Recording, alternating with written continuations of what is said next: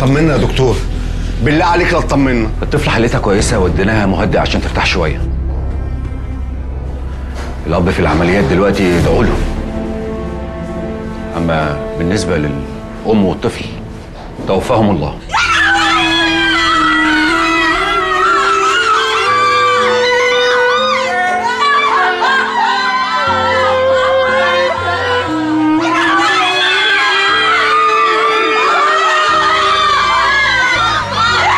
اخويا في العمليات حالته عامله ازاي يا دكتور؟